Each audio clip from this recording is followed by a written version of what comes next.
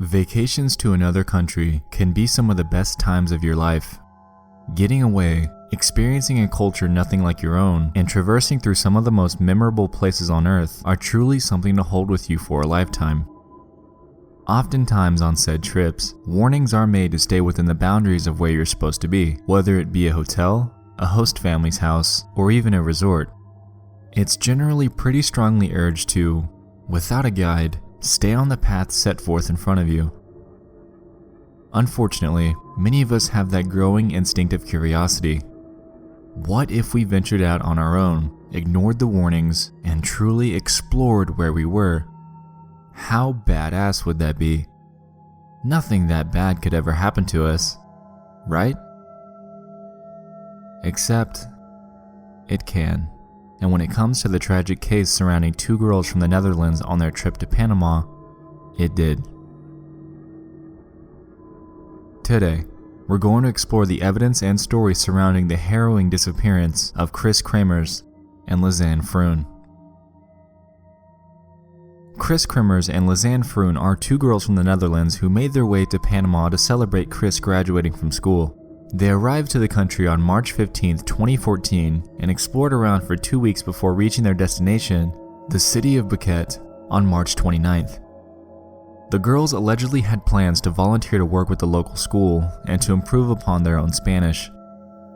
Kris carried around a diary, and allegedly she noted that the aforementioned school let them know that they arrived an entire week early and were pretty rude about it. Anyway, on April 1st, 2014, at around 10 a.m., the girls embarked with the host family's dog on a hike up the La Pianista Trail near the Continental Divide.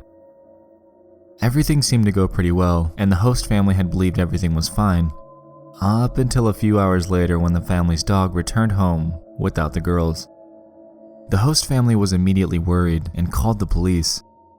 Unfortunately, the National System of Civil Protection, or SINAPROC as they call it in the region, took the case very lightly and didn't take action for 4 whole days. During this time span, local residents and tour guides were assisting the family in searching for the missing girls themselves, since police lacked any sort of desire for immediate action. Once the search finally did start, officials were met with a huge roadblock. The girls didn't exactly tell anybody where they were going when they left, so search teams had little to go off of. The search then commenced, to no avail. Hours turned into days, days turned into weeks, and weeks turned into months, until June 9th of that same year when a Nagobi woman found a backpack and turned it into police. She had claimed that she found it on the riverbank of the Serpent River. Strangely, it was dry and packed well. Inside were 2 bras, 2 pairs of sunglasses, a small water bottle, Lisanne's camera, 2 smartphones, a passport, and $83. The police decided to investigate the call records and photos that were on the phones and camera, and what they found allowed them to start piecing together the puzzle. Allegedly, the girls had taken over 100 pictures on their venture. The strange part is, only about 10 of them were taken during the daytime. The remaining 90 plus were all at the late hours between 1 to 4 in the morning, and 87 of those remaining 90 show nothing but blackness. A lot of mystery surrounds the final image that the girls took, which was purportedly taken 8 days after the start of the hike. It shows some sort of rock formation or a trail. However, the orientation of the camera is debatable. Some people claim that it's a shot looking forward, down a trail, while others have stated that it could be pointing up a cliff. One huge mystery that I can't quite wrap my head around surrounds the timing of this photo. Let's think about it. The girls started their journey at around 10 a.m. on April 1st. This photo was taken on April 8th. Presumably by this point in time, the girls, to our knowledge, had minimal amounts of water on them due to the contents that were found in the backpack. How would either of them be alive at this point to take this photo? The human body can go anywhere from 7 to 10 days without water, with 10 days being on the less common end of the spectrum. These girls have been out in the jungle all of this time, presumably exhausting themselves while trying to find their way back home. How did they make it this long? It's just a question that hasn't ever escaped my mind since the first time I took a look at this photo and learned of the timestamp. Anyway, I digress. The reason for the photo is largely unknown, but say one of the girls did take it, along with all 87 of the other pitch black photos. A theory is that they could have been lighting up the path in front of them in order to save their phone batteries so they could use that to check for a signal. That actually ties into my next segment of the story. The phones. Police were able to extract the call records from their devices, and they found that the girls made their initial attempt to call 112, the Dutch emergency line, and 911, the Panamanian emergency line, just hours after starting their hike. This tells us that on day 1, something went wrong here. Throughout the course of time from April 1st through April 6th, the girls would make intermittent attempts at early morning or late night hours to power on their phones to check for a signal before powering them off again shortly after. One strange thing to note here is that after April 6th, multiple incorrect PIN attempts were entered into the iPhone, and police had determined that a successful PIN was never entered again from this point forward. That fact right there is strange to me, and I have two theories to discuss here. Backing up to the photos, I wanted to make one quick point. Police had found that the file names of the images were numbered starting at 499. For instance, their first image was 499, their second image was 500, so on and so forth. One strange part about this is that they could never find image 509. We have over 100 images that were left on the camera, and the only image that is missing is conveniently the one between the final daytime image and the first nighttime image.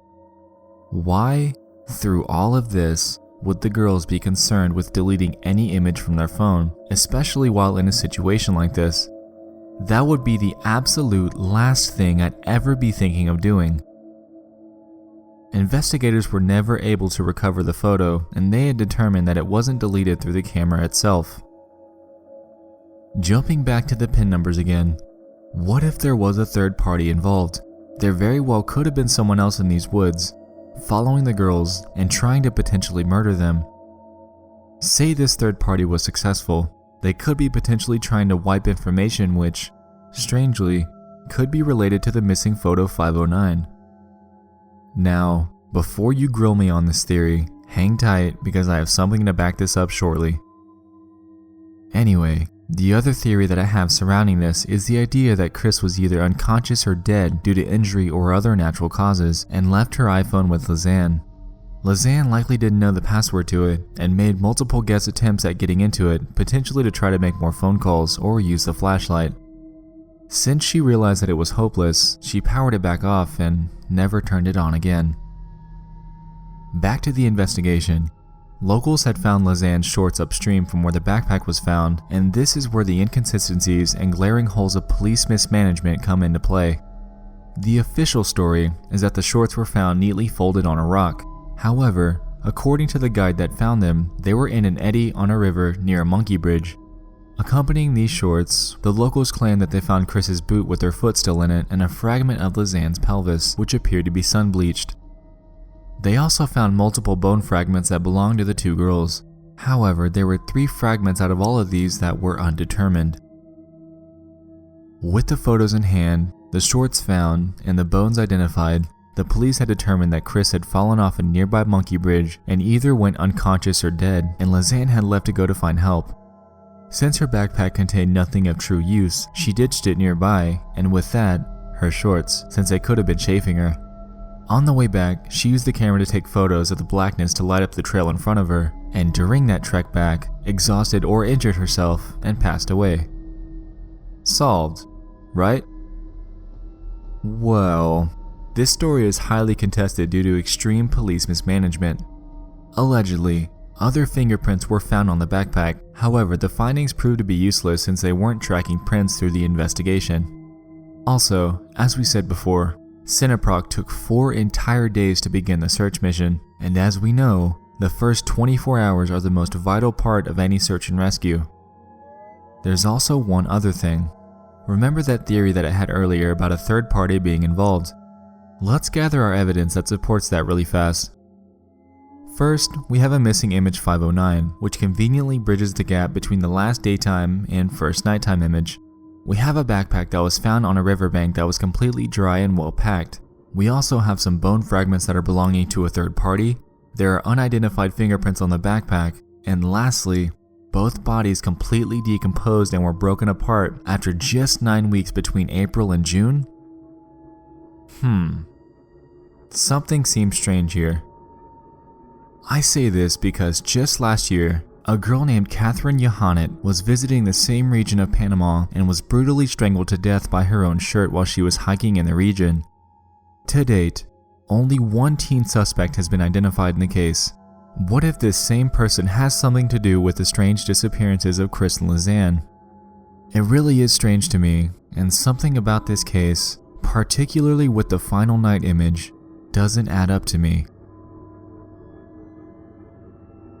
The tragic death of Kris Kremers and Lisanne Froon is truly a mystery, and I hope that someday some actual answers can be found with this case. While there's much speculation surrounding the possibility of a third party being involved, this very well could be a simple case of going hiking unprepared, getting lost, and dying due to lack of food or water combined with the possible injury. While we may never truly know where these girls went or what transpired on those presumably endless 10 days of agony, we can always speculate with the evidence that we do currently have. We just explored the harrowing mystery surrounding the disappearance of Kris Kremers and Lisanne Froon. This is a case that's baffled me for quite some time, and I hope this interested you as much as it did me. If you have any theories or any evidence that I may have missed, feel free to send them my way. I'd love to check it out. Lastly, thanks so much for watching. I love you all, and good night.